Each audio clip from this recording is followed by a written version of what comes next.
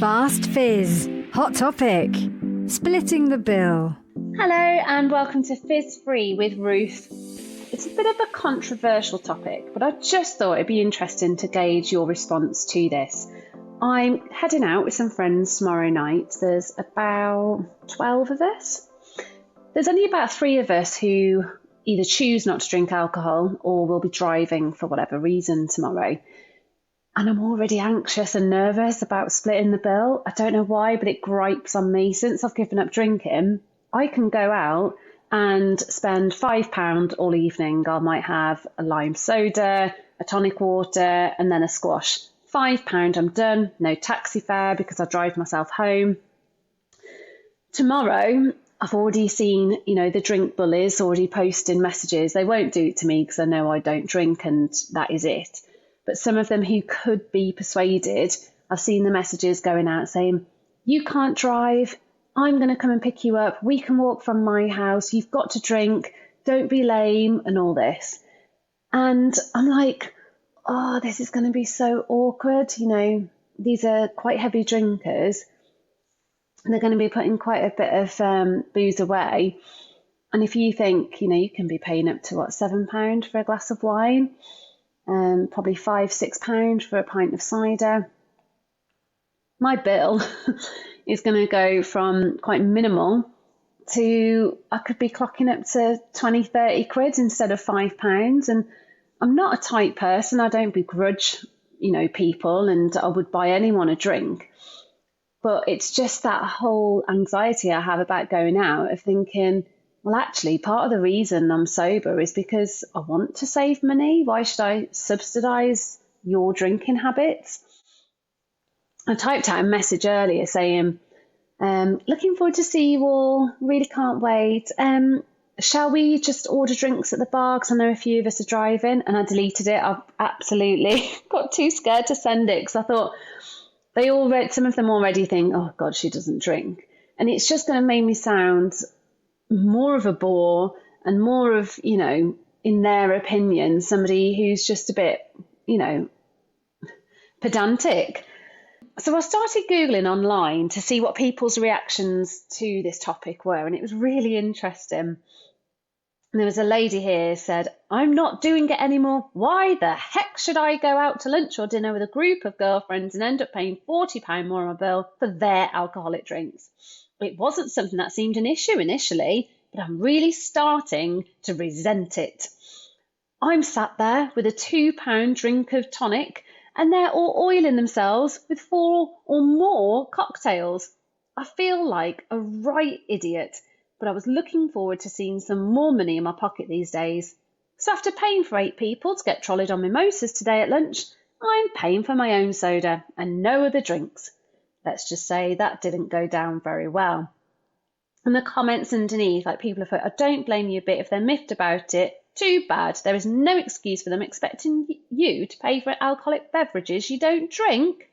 Some of them have put, I'm surprised you lasted that long. The leeches. She'd been out with them a few times. It's social awkwardness, isn't it, really? I don't want to go out and feel awkward all night and resentful, watching people drink thinking, well, that's another £1 out of my pocket and that's another £1 out of my pocket. I think what I'm going to do is just breezily walk in and just suggest, shall we get our own drinks at the bar? It opens up a can of worms really, because it's like when you order your food, you can always guarantee that you'll be sat there with a little salad or a lasagna for £9-10, and somebody down the other side of the table is ordering the fillet steak for 25-30 quid. And what gets me with stuff like this is that they're always the ones that suggest splitting the bill, and I'm just like, can you not just pay for what you have ordered? What is wrong with that? Why do we have to split the bill?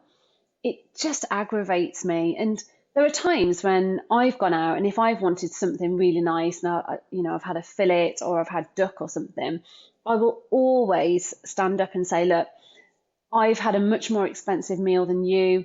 You pay for yours and I'll chuck in the extra for mine. And I just don't understand why people don't think like that. Why aren't people thoughtful in, doing that back to me? So yeah, but that's my thought for the day.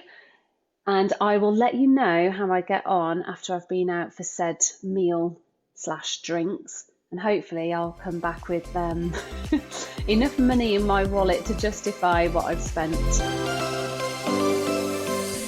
So Ruth, we heard some of your concerns, some of your bugbears and some of the things you had on your mind before your night out.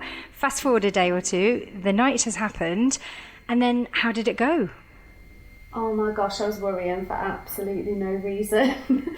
I turned up and I was running late because I'd had quite a late day at work, and I got there and everyone was like, "Oh, Ruth, you're a bit late, but don't worry, we've all placed our order at the bar, so just go and order and we can sort it all out and the waiter will bring your stuff over." So I went and I thought, please don't be a tab. I really don't want to put everything on a tab. And I got there and I said, "Hi, I'm table so-and-so." And he's like, "Yeah, no problem, what do you want?" So I ordered my meal and my drink. And he's like, "Okay, that's whatever it was." And he said, "Do you want to just tap your phone?" And I was like, "Oh, okay, so there's no tab." He was like, no, just everyone's paid for what they've had. And when you just feel that instant relief, I was like, oh, thank God for that. So I went out and I had, get this, Jane, I had a 3-course meal, which was delicious, by the way. Nice. Really enjoyed it. I had 2 drinks and I spent, I think it was £19.50. Which is pretty good going, considering what you might have spent a couple of years ago.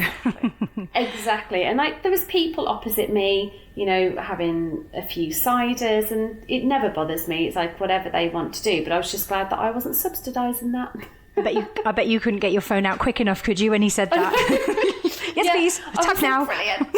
Yeah. So, I am lucky in that situation that I was on the same page as everybody at that meal. And it turned out, actually, there was quite a few people who were driving that night for various reasons. But interestingly, there was a lady sat next to me who I'm very fond of. And I was like, oh, there's me wolfing down my food because I was so hungry. And she was kind of just playing with hers a little bit. And I said, "Is everything all right?" She was like, yeah, the food's nice. I was like, "Oh, well, why aren't you eating it?" And she was like, "Oh, I'm feeling a bit delicate." Oh no. What a waste of a delicious meal due to a long hangover. Yeah. Oh, what a shame. She'd been out the night before. She'd actually booked a hotel room because she knew it was going to be a messy night. She'd booked the Friday off work because she knew it was going to be a messy night. I mean, all that prep, honestly. And she was just a bit vacant the whole meal. She didn't really engage in much conversation. And by the time she'd shuffled her pudding around the plate and everyone was kind of just settling in and having a chat, it was kind of her time to exit. And she said, "Good night, ladies." And I just said, "You know what, fair play to you for coming and not pulling a sickie and phoning in sick." But she'd literally been in bed all day. And oh no. She was like, "I just don't know if it was worth it."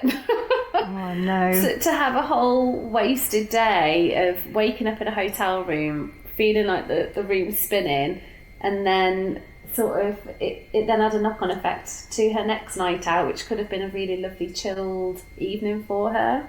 Do you know what I think? Something you said I think is really interesting there. You had built it up to become more of a problem and you worried more about it than you needed to. And that does happen, doesn't it? And I'm brilliant at that. I have a degree in worrying about things far too much. And there's always the chance that things go smoothly and they do go to plan and it did work out and you weren't made to feel and you didn't have to go into battle about paying for other people's alcohol. So that's an interesting point as well. It was really, really easy, and I think perhaps it was just the nature of that particular pub that it wasn't really waiter service at the table and you had to go to the bar to order your food. But it did give me the confidence kind of to think in the future, do you know what, I'm just going to be a little bit more brazen, and if we do go somewhere where I'm in the same situation again, I might just give people a heads up and just say, look, I'm either going to pay for my food at the bar or can we just basically, I just want to pay for what I'm ordering. I don't want to subsidise you. Yeah, but obviously in a nicer way. But with the current climate and cost of living and people trying to save money, I don't think that would be a massive shock to anybody if you had that approach. Exactly. And, you know, when we go on family holidays now, I say to my family, you know, I'm happy to split the food, that's not a problem, but can we have a separate trolley for alcohol, because I'm not willing to put towards the alcohol. And initially I was met with a bit of, well, good, isn't it? But eventually people got it. Thanks for listening to Fast Fizz Hot Topic. Share your feedback and give us a follow for more alcohol-free topics. This is Fizz Free.